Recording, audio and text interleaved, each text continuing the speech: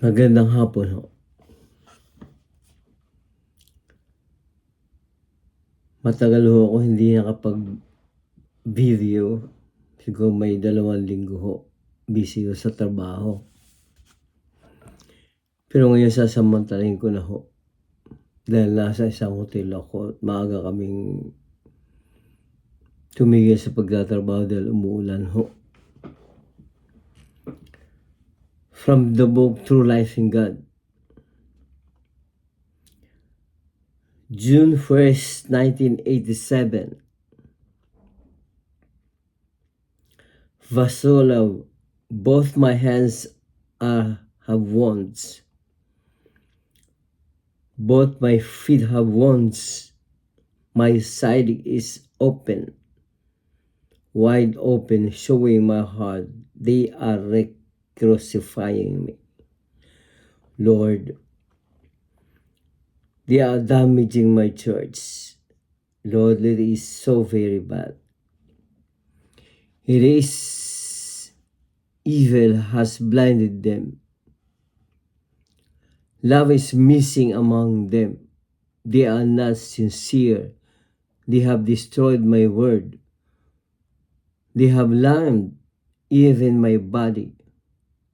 My cup of justice is full. Do not let it brim over. I want them to stop smothering my body.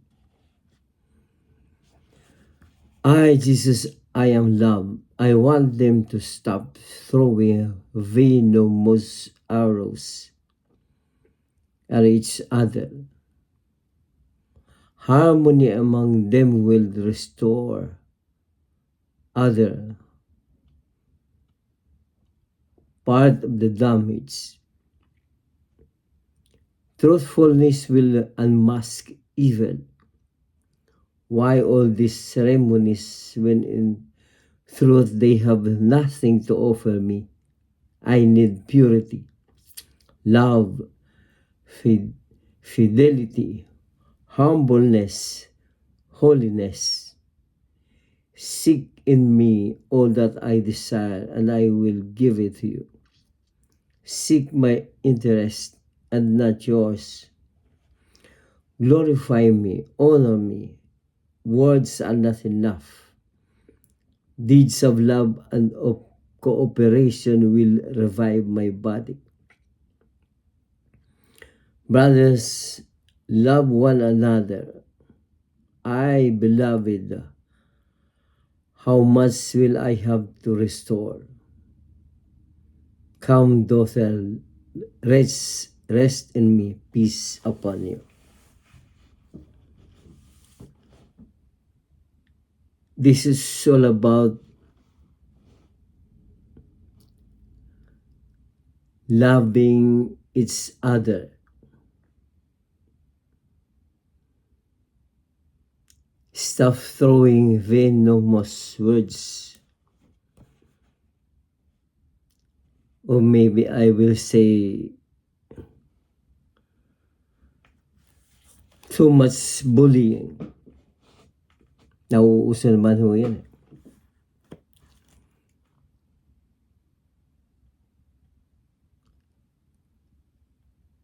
Ang kasalanan ho ay hindi lamang sa isang bagay na gumagawa tayo ng mali.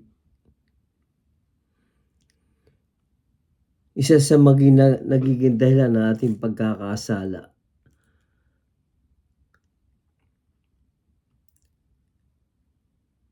isa lang yung chismis eh. Wala akong katapusan. Wala akong katotohanan.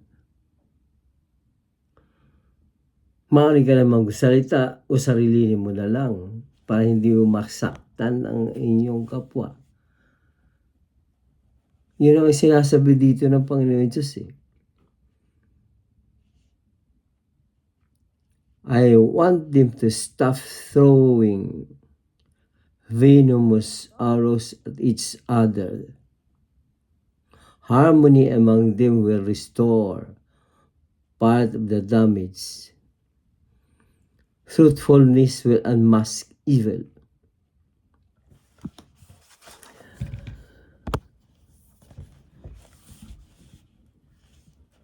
Di ho ba natin kaya mabuhay na wala tayong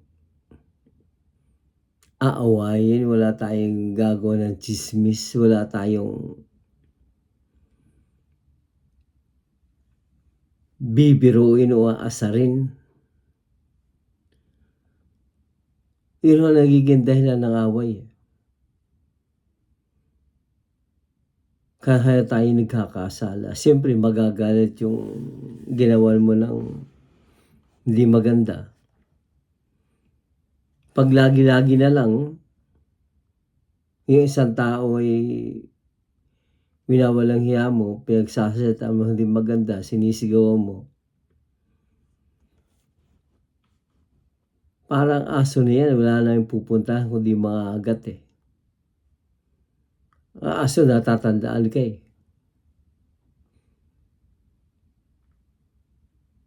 Pinakamaganda ho, mahalin natin ang isa't isa o igalang, kahit hindi mo kaya mahalin, igalang natin. Bawas-bawasan natin yung pang-aasar, panggagalit, o pambubuli. Hindi yung makakatulong yun.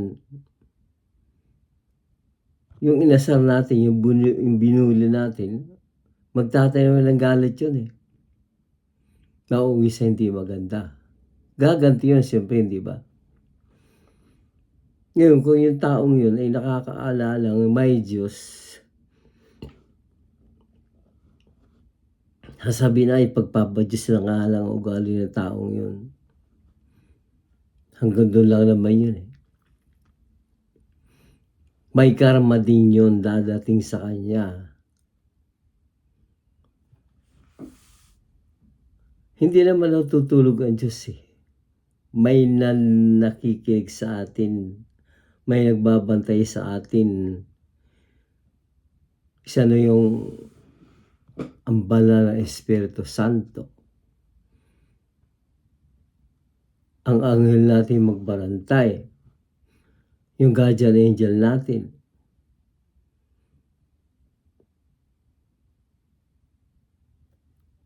Pag lumayo yung guardian angel natin sa atin, wala na. Kaya dapat magmahalan tayo, mag-unawaan. Nagsisimula lahat sa pang-aasar. Walang katapusang biro. Birong hindi maganda. Yung isa naman nagbibiro, nakakalamang siya. Masaya siya dahil nakalamang siya. Nakagawa siya ng chismis.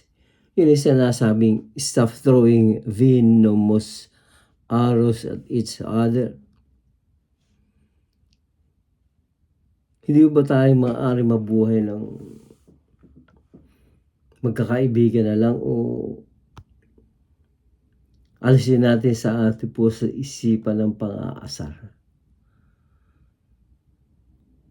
Sa salitang kali, pang-aasar. Yun naman talaga eh.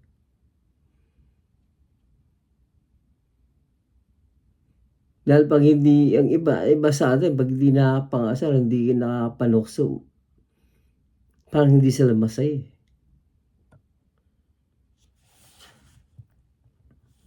Paano yung naman yung kabila na aasarin mo, aasarin ng ibang tao?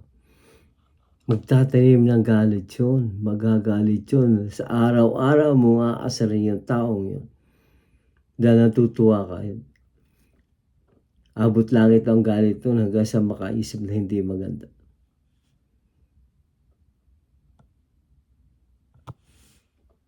Nabubuglagan ho tayo eh. Iyan sinasabi dito eh. It is evil has blinded them. Love is missing among them. They are not sincere. They have destroyed my word. They have loved even my body. My cup of justice is full. Do not let it brim over. pati ang Diyos nagtitiis na rin, ano? Huwag na daw natin paapawin yung kanyang justice. Yung isang tasa mapupuno na eh.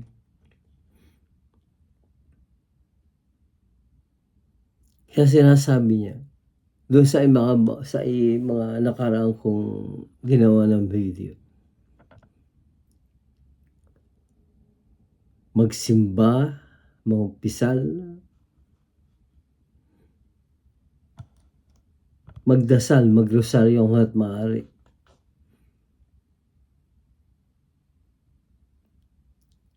Dahil yung kanyang pagbabalik ay malapit na. Yung kanyang pagbabalik ko ay hindi ganun kadali. Marami yung magaganap.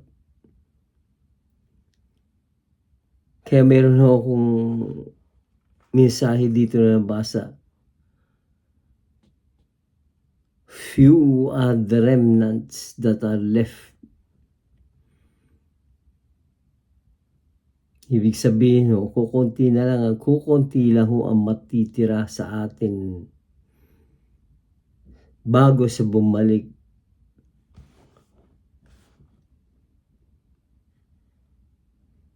Ibig sabihin pagbalik niya, yun na lang ang natira.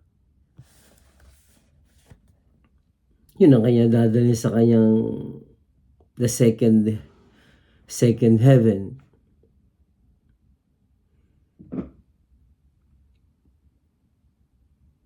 Dahil doon yung mga pangalan, nakalista na ho yan. Paano kung wala na yung pangalan mo doon? Hindi na kasi sa book of life. Kaya sikapin ho natin na ang pangalan natin ay maitala doon sa book of life.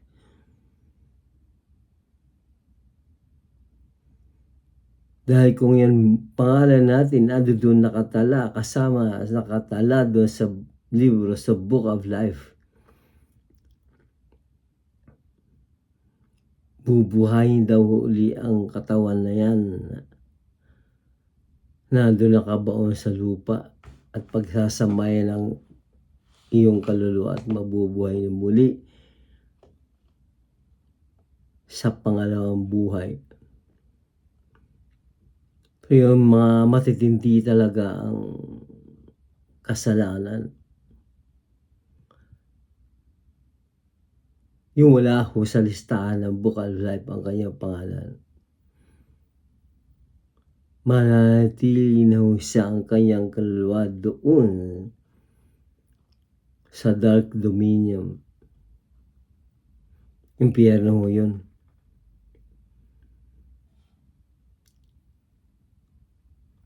Kaya pagsikapan ho natin na gumawa ng matino, mag-isip na maganda, at hindi yung masama. Dahil pag lagi na lang masama ang iniisip natin sa ating kapwa,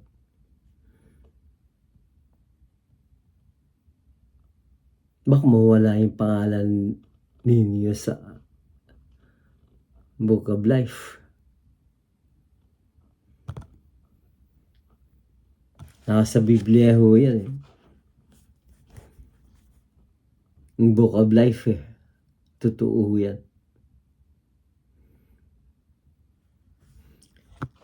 Please be guided that this book, True Life in God, is all truth and there is no lie because God did not lie. He is the truth. He is the life. Please subscribe into this channel, Florencio Hombria. Thank you very much. Catholic and non-Catholics. Wala akong pinipili ang libro ito. Basahin ho ninyo. Pumunta ho kayo doon sa aking YouTube channel. Pagtyagaan nyo na ho. dahil ito ay makakatulong sa inyo. Gawin yung inspirasyon sa inyong buhay. Ang panunood sa aking YouTube channel. Maraming salamat po.